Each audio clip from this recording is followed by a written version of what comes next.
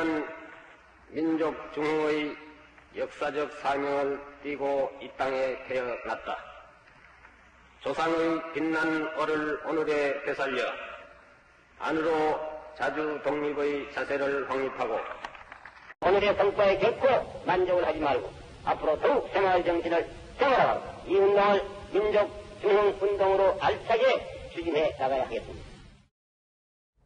자, 박정희 전 대통령의 육성을 직접 들어보셨는데 갑자기 왜 하시는 분들 계실 겁니다. 하정대 의원님. 네. 자, 일단 2017년도 올해 박정희 전 대통령이 태어난 지 100주년이 되는 날이잖아요.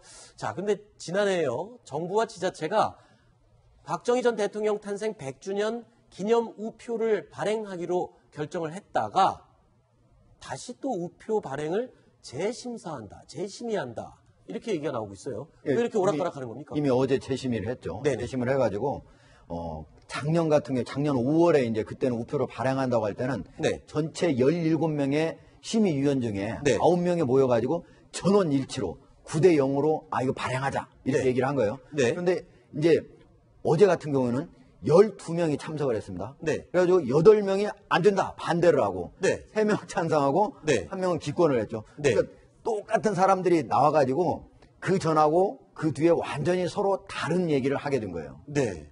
아니 근데 지금 보면은요. 구미시에서 우정사업본부에 이제 기념 우표, 박정희 전 대통령의 기념 우표를 제작하자 요청을 했고, 예. 자, 심의위원회에서 2016년 5월입니다. 아까 말씀하셨잖아요. 9명이 찬성해서 거의 만장일치로 통과가 됐는데, 불과 1년 남짓 지난 이 시기에 갑자기 재심을 했고 무산이 됐다. 예. 이 1년 만에 어떤 변화가 있었던 겁니까? 이때 원래는 이제 우정사업본부에서 네. 저게 이제 왜 계속적으로 발행을 하느냐. 네. 정권이 바뀌었는데도 이런 얘기가 정치권에서 나왔습니다. 네. 처음에는 우정사업부에서 뭐 특별히 재심을 할 사유도 없고 네. 재심을 한 전례도 없다. 네. 그러니까 작년에 우리가 결정했기 때문에 우리는 발행할 수밖에 없다 이렇게 얘기했는데 정치권에서 문제 제기하니까 다시 저 심의위원들을 모은 거예요. 네. 재심할 수 있느냐? 그러니까 재심할 수 있다. 네. 그러면 재심을 하자 해가지고 바로 어제 얘기가 나와가지고 이제 결국은 다시 발행하지 않기로 이렇게 네. 결정을 한 거죠. 그렇군요. 결국은 그러니까 유일하게 바뀐 거는 정권이 바뀐 바뀌었다. 거. 네. 박근혜 대통령 정부에서 문재인 대통령 정부로 바뀐 것. 네. 이거 하나만 달라졌다고 볼 수 있는 거죠. 그렇군요. 자, 자유한국당의 박대출 의원은 이 문제에 대해서 입장을 이렇게 밝혔습니다. 들어보시죠. 우정사업본부는 재심의할 근거 규정도 없고 전례도 없다는 기존 입장을 갑자기 뒤집고 박정희 전 대통령 탄생 100돌 기념우표 발행을 어제 취소했습니다. 정권이 바뀌자마자 우표 발행 심의위원회의 위원들이 사상도 신념도 없는 거수기로 전락하도록 강요한 자는 누구입니까? 문재인 정부는 국민들이 생생하게 기억하고 있는 경제 부흥의 역사마저 부정하는 것입니까? 자, 지금 이 우표 발행 이 얘기를 두고요. 또 의견이 찬반 양론이 갈리고 있습니다. 자, 한쪽에서는 정권 바뀌었다고 우표 발행하는 것도 정권 코드 맞추기 하는 거냐 이런 입장도 있고요. 또 다른 입장도 있고 굉장히 첨예하게 지금 대립하고 있는데 아까 설명하신 게 이거예요. 1년 전만 해도 9명 만장일치로 발행을 결정했다가 정권이 싹 바뀌니까 갑자기 반대가 8명으로 또 쑥 늘면서 재심의해서 무산하기로. 그러니까 심의위원들이 정권의 코드를 그러니까. 맞추고 있는 건데 제가 보기에는 박정희 대통령 같은 경우는 지금 이제 우리가 가장 경쟁력이 있는 산업, 예를 들면 제철, 그다음 자동차, 조선, 화학 이런 아주 핵심적인 산업이라고 하는 게 모두가 박정희 대통령 때 시작이 된 거거든요.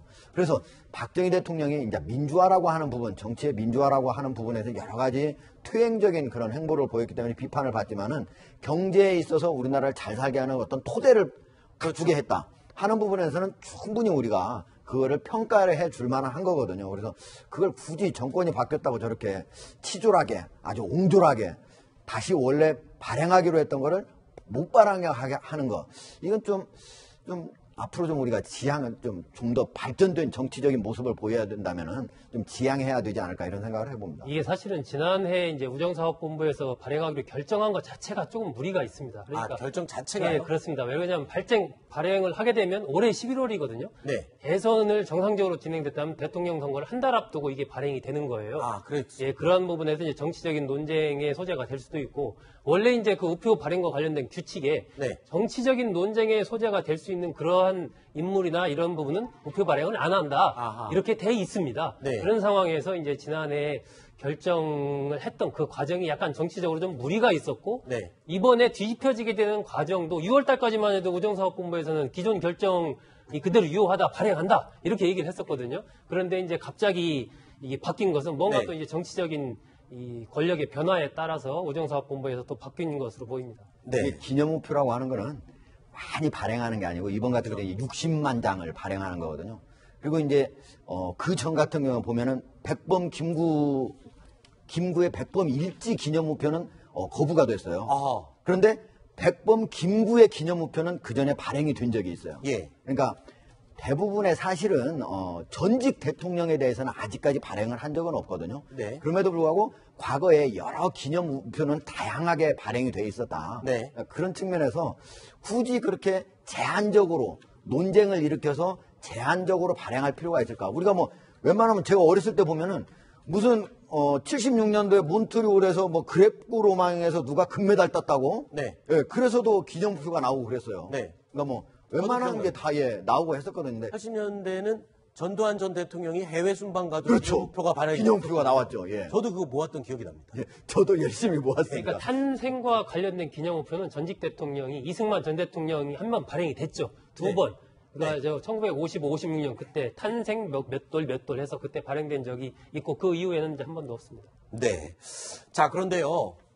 이 남유진 구미시장이 1인 시위를 벌이고 있는데 이 부분을 가지고도 또 논란이 되고 있습니다. 그러니까 지금 기념 우표 문재인 대통령은 잠시 후 7시 30분 유영민 미래창조과학부 장관, 정현백 여성가족부 장관, 송영무 국방부 장관에 대한 임명장을 수여할 예정입니다.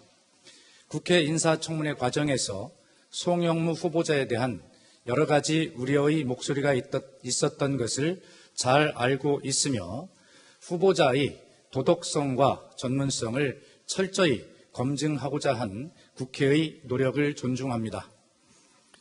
그러나 대통령은 군 통수권자로서 무엇보다 국민의 생명과 안전을 지켜야 할 막중한 책임을 지니고 있습니다. 최근 북한의 미사일 도발 등 남북 대치가 심화되고 국제사회에서는 대북 제재 강화가 논의되는 심각한 상황입니다. 또한 군 인사와 조직의 조속한 안정화와 사기 진작이 필요하며 더 강력하고 유능하고 깨끗한 군을 위한 국방개혁도 더 이상 늦출 수 없는 사안입니다. 이렇듯 엄중한 국내외 상황에서 흔들림 없는 국가 안보를 위해 국방부 장관 임명을 더 이상 미룰 수 없는 입장을 이해하여 주실 것을 요청드립니다. 북한의 계속되는 도발로 국가의 안전을 걱정하는 국민 여러분을 이제는 안심시켜 드려야 할 때입니다. 이상입니다. 네, 질문 받겠습니다. 네. 자, 문재인 대통령 송영무 국방장관을 임명장을 오늘 수여를 하게 될 것이다. 지금 박수현 청와대 대변인의 발표 내용이 있었습니다. 그러니까 조대엽 후보자 사퇴에 따른 나머지 장관 후보자들에 대해서는 다 임명장을 수여하는 걸로 강행을 하게 된 거죠. 그렇죠. 조대엽 후보자 자진 사퇴하고 그리고 이제 과연 이제 문재인 대통령이 전반적인 인사에 대해서 어떤 입장 표명을 할 것인가? 네. 제가 보기에는 입장 표명을 어떤 식이든 할 가능성이 높은데 네. 그 어떤 형식과 시기 네. 이런 부분이 어떻게 될지는 모르겠는데 그러한 부분이 일정하게 좀 전제가 되지 않고서는 사실상 추경심사에 야당들이 협조를 한다라든지 네. 전반적인 법안 처리 협조하는 그런 부분은 아까 이제 정호택 원내대표도 얘기를 했지만 그것이 이른바 전제 조건 성격으로 얘기를 했기 때문에 네. 아마 저는 청와대가 저런 흐름으로 가고 있다라는 것은 그 부분에 대해서도 시간 좀 차이는 있을지 몰라도 뭔가 문 대통령도 입장을 표명할 가능성이 좀 높지 않느냐 뭐 그렇게 네. 생각이 됩니다. 자, 자유한국당 쪽에서는 일단 대통령의 인사에 관한 사과, 직접적인 사과를 계속 요구하고 있었던 상황이었는데 글쎄요. 일단은 조대엽 후보자가 자진 사퇴를 했고 그리고 임명을 청와대에서는 강행을 했습니다. 야권에서는 어떤 입장을 보이게 될지 조금 더 지켜봐야 될 것 같아요. 그렇죠? 아직은 좀 더 지켜봐야 될 상황인 것 같습니다. 자, 청와대에서 긴급 브리핑 내용 저희가 생방송으로 연결을 해드렸고요. 자, 조금 전에 얘기 나누던 남유진 구미시장 1인 시위 얘기를 해보겠습니다. 다시 돌아가겠습니다. 자, 박정희 대통령 기념 우표 다시 좌절된 거에 대해서 1인 시위를 하고 있어요. 근데 이거 구미시장이면은 관직에 있는 공무원이잖아요. 그런데 이렇게 휴가 내고 나오셨는지 휴가 내고 나와서 이렇게 관직에 있는 분이 이런 우표 사업에 대한 어떤 의견을 매달리는 것 좀 안 좋게 얘기하는 분들도 계시는 것 같아요. 아니, 근데 지금 보면 같은 구미시인데, 네. 구미 참여연대에서는 지금, 박정희 우상화 몰두하는 구미시장이 부끄럽습니다. 이렇게 오히려 지금 구미시장님을 비판을 하고 계신데, 네. 지금 이제 구미시 같은 경우에는 왜 이제 구미시장이 저렇게 하냐, 이렇게 한번 생각을 해보면, 지금 올해 5월에 대선이 있었을 때, 홍준표 후보가 40% 이상을 저기서 얻었어요. 1위를 했어요. 네. 예. 오히려 문재인 대통령보다 배나 더 홍준표 후보가 많이 얻었어요. 네. 그러니까 다음에 선거를 할 때 내년이면 지자체 선거하지 않습니까? 네. 그러니까 저 우표를 가지고 잘 활용을 하면은 네. 많은 표를 더 끌어올 수가 있는 거예요. 그러니까 지금 1인 시위가 꼭 필요한 사람이다 어떻게 보면은 네. 이렇게 볼 수가 있는 거죠. 그건 좀 너무 이렇게 앞서 나간 해석이 아닐까요? 하정배 위원회 아니 근데 생각으로. 다르게 해석하면은 네. 박정희 대통령을 높이 평가해서 네. 또 이제 그 그렇죠. 우표를 꼭 발행을 했으면 좋겠다 이런 생각도 이제 있겠죠. 구미시장이 지금 지자체 선거를 앞두고 그리고 표 얻기를 위해서 지금 우표 사업을 이용하는 거다 이런 해석을 해주셨거든요. 아니, 남 시장 지금 나오는 얘기가 이제 내년에 경북도지사 선거에 출마할 생각이 있다. 네. 이런 얘기가 실제로 좀 나오고 있거든요. 네. 그러니까 아마 이런 것을 계기로 해서 본인으로서는 뭔가 미디어의 조명을 좀 받고 그렇죠. 뭔가 좀 인지도를 높일 수 있는 기회로 삼는 것 같습니다. 네. 정치인이 본인의 정치적인 그 미래를 위해서 활동하는 거를 뭐 비난할 수는 없겠죠. 네. 물론 시정에 지장이 없는 한 가능하겠죠. 그런데 이 남 시장이 했던 이야기 중에 참 동의하기 어려운 부분들이 많습니다. 그 중에 하나가 박정희 대통령은 반신반인으로 하늘이 내렸다는 말밖에 할 말이 없다라는 이야기를 여러 차례 하는데요. 반신반인, 즉 반은 신이고 반은 사람이란 말입니다. 네. 과연 이게 지금 시점에 참 젊은 층을 포함해서 국민적인 공감대를 얻을 수 있는 말인지 네. 아니면 특정 지역의 공감만 얻는 말인지 시청자분들의 판단을 좀 바라겠습니다. 알겠습니다.